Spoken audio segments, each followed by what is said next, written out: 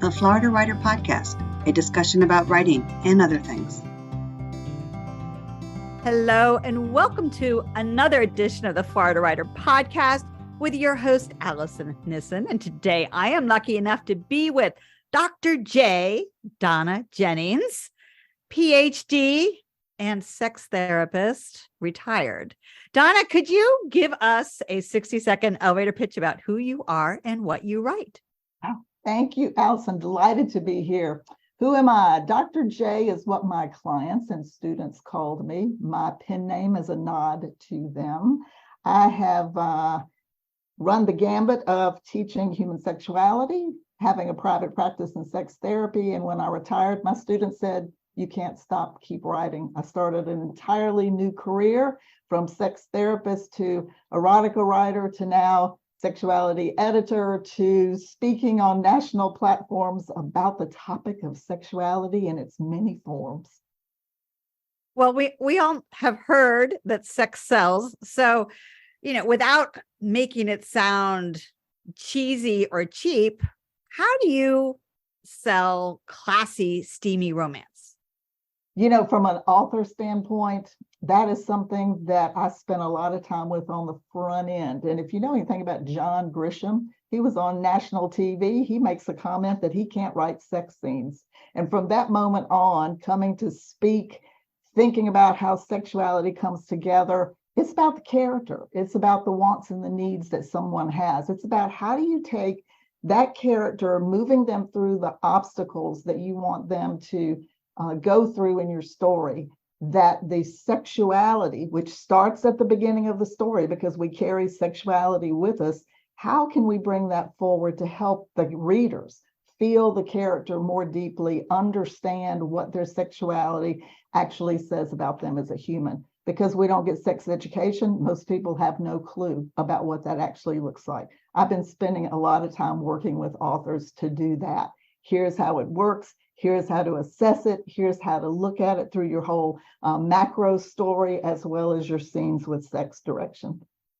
So do you have a book coming out or a book out about how authors can, I don't know, what's the right word? Embrace sexuality. Embrace the sexuality of the characters? Yes. Well, actually, I have a course right now. It's masterclass in teaching authors how to do it. It's a 1-hour class. It hits all the highlights of what to look at. But next year, the book's coming out, How to Write Scenes with Sex, a writer's sexuality guide to put meaning in story and scene about sexuality. So that'll be next year. Oh, my goodness. You are quite busy. I try. And you have a podcast.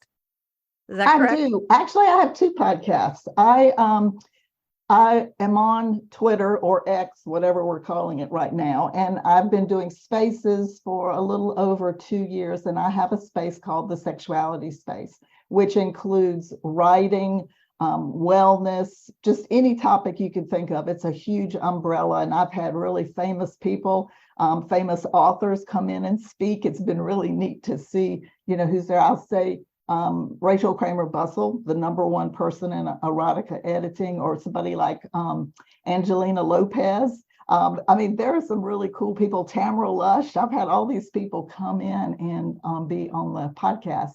But the second podcast is on the Moan app, and it's a sexuality specific app. And I do a weekly show there called Purple Sex and Erotic Whims, and we talk about writing erotica, reading erotica, sexual wellness, and my whole project of Purple Sex.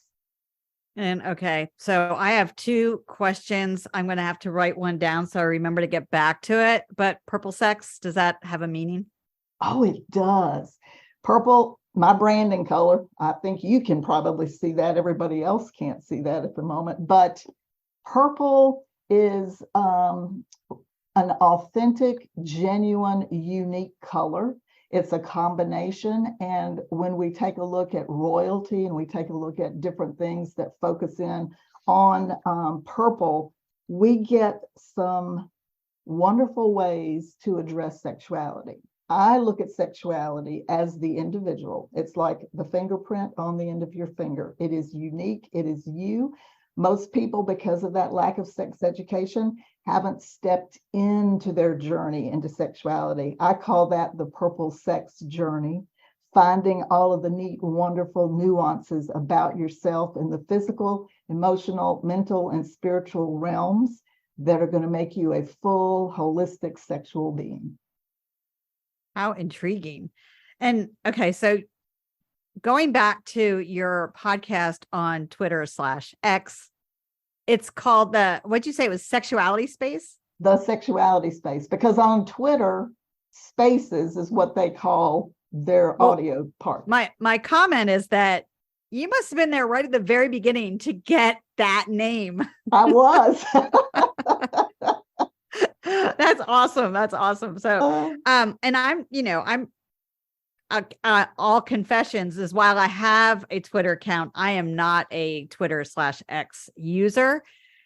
I only have so much brain space. And so you have to pick your platforms. That's right. You do. It's like genres. You pick your genre, you pick your platform. Yeah. And sometimes when you mix it up, you go, okay, I can do that one and that one because they work together. Some of the others are kind of off-putting, so we're not going to be trying to mix those. So yeah, you can find me just about everywhere, but I probably live on Twitter X more than any other place. And so you do editing for a sexuality company. Do they put out magazines or leaflets or how-tos? What do they write? Well, let me tell you about Rosy, sexual wellness platform. It is created by an OBGYN in Dallas, Texas. Her name is Lindsay Harper. She created an app. And so you download it from Google or Apple, and it has information for sexual wellness. You have videos, you have blog posts, you have coaching. You can make appointments to speak with professionals about sexuality, and a whole component of what they do is about erotica. They've done research. We know that if women read erotica, it increases desire, orgasm, arousal, all of these things that we want to have happening. And it's, you don't have any side effects. You can just pick up a book and have this is your prescription right here. And so I'm the one who reads all the stories and does the work with the authors to get those erotic stories out there for the users on the app. And we as women always poo-poo the Playboy stories. Read it for the articles. That's right. That's right. And yet, really do read it for the articles.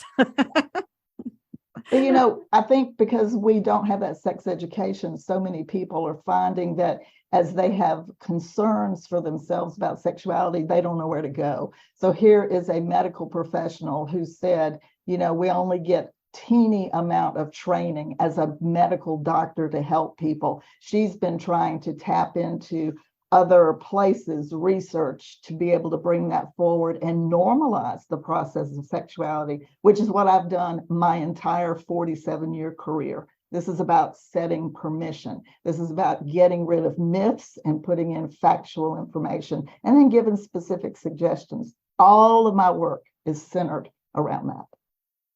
So 47 years ago, you jumped into the field of sexuality. How did that happen?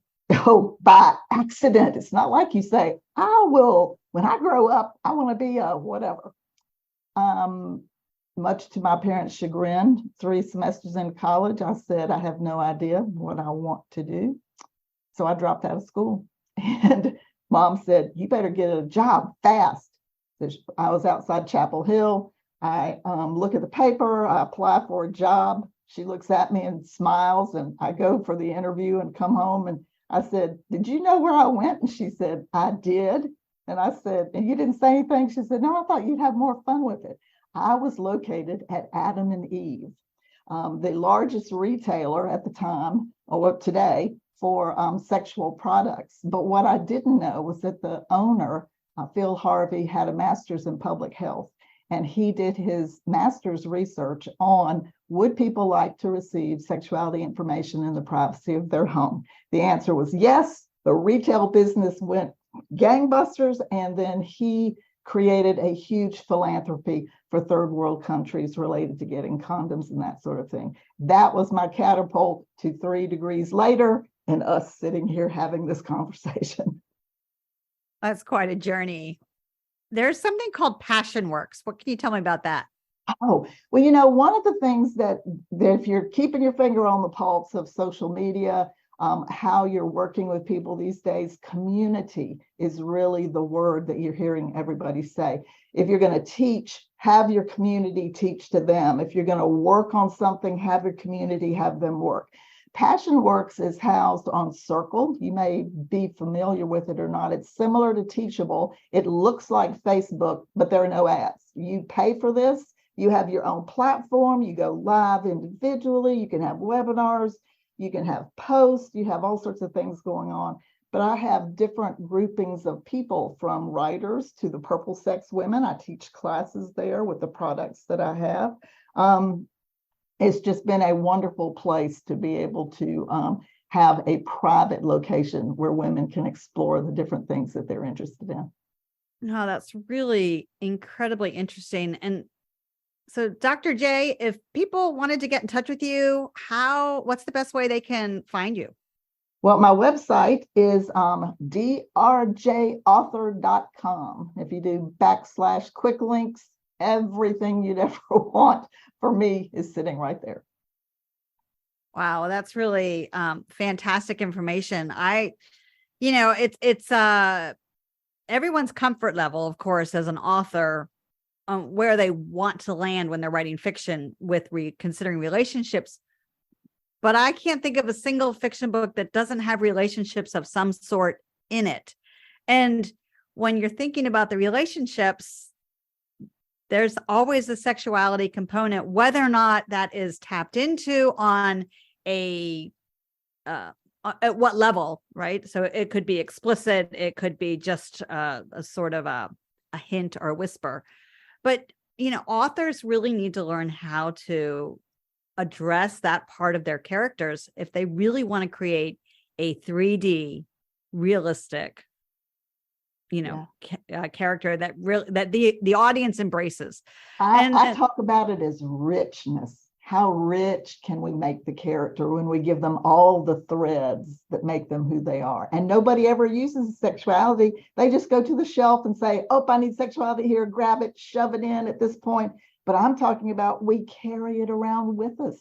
How can we pick and choose when to use it and how to make it be wonderful for the reader?